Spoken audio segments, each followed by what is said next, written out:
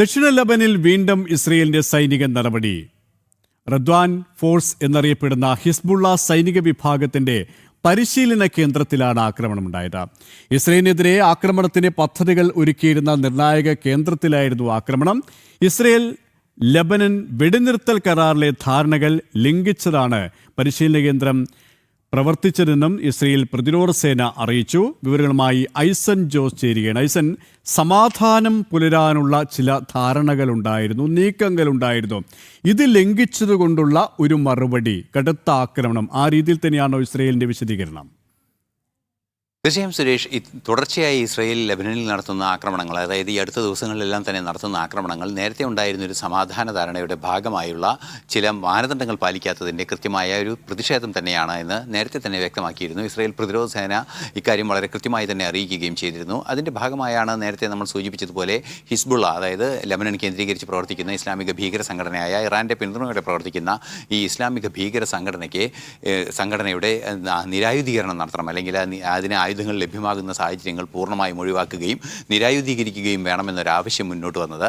അതിൻ്റെ ഭാഗമായി അത് അംഗീകരിച്ച് വ്യവസ്ഥാപിത സർക്കാർ, ലബനനിലെ വ്യവസ്ഥാപിത സർക്കാർ അതിന് തയ്യാറാവുകയും കുറേയൊക്കെ അത് നടപ്പാക്കുകയും ചെയ്യുന്നൊരു സാഹചര്യത്തിൽ തന്നെ മറ്റു ചില സോഴ്സുകൾ വഴി, അത് സിറിയയിൽ നിന്നുള്ള IS ഭീകരരുടെ ഇടപെടലുണ്ട്, അത്തരത്തിൽ പല സാധ്യതകൾ വഴി ഇക്കാര്യം പ്രയോജനപ്പെടുത്തി, പല സാധ്യതകളും പ്രയോജനപ്പെടുത്തി ആയുധങ്ങൾ എത്തിക്കുകയും സായുധരായി തന്നെ ഹിസ്ബുള്ളയെ നിലനിർത്തുകയും ചെയ്യുന്നൊരു നീക്കമുണ്ടായിരുന്നു.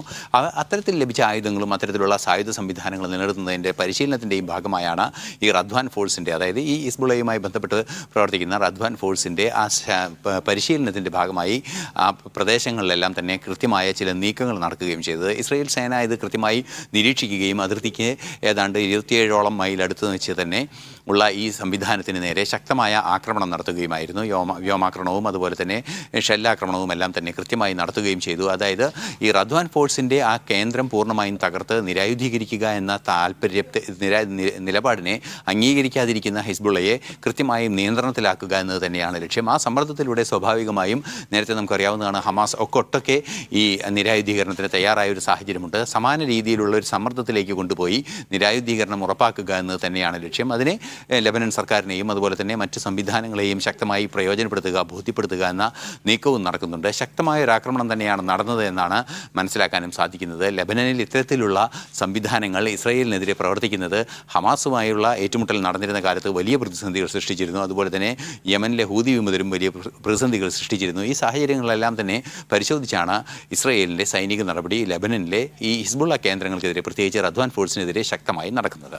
അതായത് വീണ്ടും ഇത്തരത്തിലുള്ള സമാധാന ധാരണകൾ ലംഘിക്കുന്ന പക്ഷം, അത് ഹിസ്ബുള്ളയായി കഴിഞ്ഞാലും ഹമാസ് ആയി കഴിഞ്ഞാലും ആക്രമണം അതിരൂക്ഷമായിരിക്കും, പ്രത്യാഘാതം അതിഭീകരമായിരിക്കും എന്നുള്ള താക്കീത് കൂടി ഇസ്രയേൽ നൽകുകയാണല്ലേ?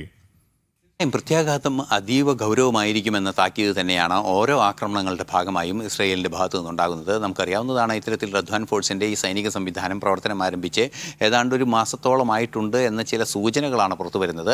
അത്തരത്തിലൊരു ഇൻറ്റിഗ്രേഷൻ നടക്കുന്നത് ഉടൻ തന്നെ തിരിച്ചറിഞ്ഞ് വീണ്ടും ഇത്തരത്തിൽ ഒരു സ്ലീപ്പർ സെല്ലുകളുടെ സ്വഭാവത്തിൽ ഒളിച്ചുപോയ, അല്ലെങ്കിൽ ഇത്തരത്തിലുള്ള ഭീകരരെല്ലാം തന്നെ ആ പ്രദേശങ്ങളിൽ നിന്ന് മാറിപ്പോയിട്ടുണ്ടെങ്കിൽ അവർ വീണ്ടും കൃത്യമായ ഒരു ഇടവേളയ്ക്ക് ശേഷം ഒന്നായി ചേർന്ന് വീണ്ടും ഇത്തരത്തിലുള്ള പ്രവർത്തനങ്ങൾ നടത്തുന്ന ഹിസ്ബുള്ളയെ വീണ്ടും ഏകീകരിക്കുന്നൊരു നീക്കങ്ങൾ നടത്തുന്നുണ്ട്. ഈ നീക്കങ്ങളെ പലതവണ നിയന്ത്രിച്ചിട്ടുണ്ട്, ആയുധങ്ങൾ പിടികൂടിയിട്ടുണ്ട്. അതുപോലെ തന്നെ ഹിസ്ബുള്ളയുടെ സംവിധാനങ്ങൾ വഴി ഹമാസിലേക്ക് ആയുധങ്ങൾ എത്തിക്കുന്നത് തടയാനുള്ള നീക്കങ്ങളൊക്കെ നേരത്തെ നടത്തുന്നുണ്ടായിരുന്നു. അത്തരത്തിൽ ആ മേഖലയിൽ സമാധാനം സ്ഥാപിക്കുന്നതിൻ്റെ ഭാഗമായി ഈ 3 ഭീകര സംഘടനകളെയും കൃത്യമായി നിയന്ത്രിക്കേണ്ടതുണ്ട് എന്നൊരു ബോധ്യത്തിൻ്റെ കൂടി അടിസ്ഥാനത്തിൽ തന്നെയാണ് ലബനനിലെ ഇത്തരത്തിലുള്ള കേന്ദ്രങ്ങൾക്കെതിരെ അതിശക്തമായ ആക്രമണം ഇസ്രയേലിൻ്റെ ഭാഗത്തു നിന്ന് ഉണ്ടാകുന്നത്. ശരി, ഇന്റർനാഷണൽ ഡെസ്കിൽ നിന്ന് ഐസൻ ജോസ് ആണ് വിശദാംശങ്ങൾ നൽകിയത്.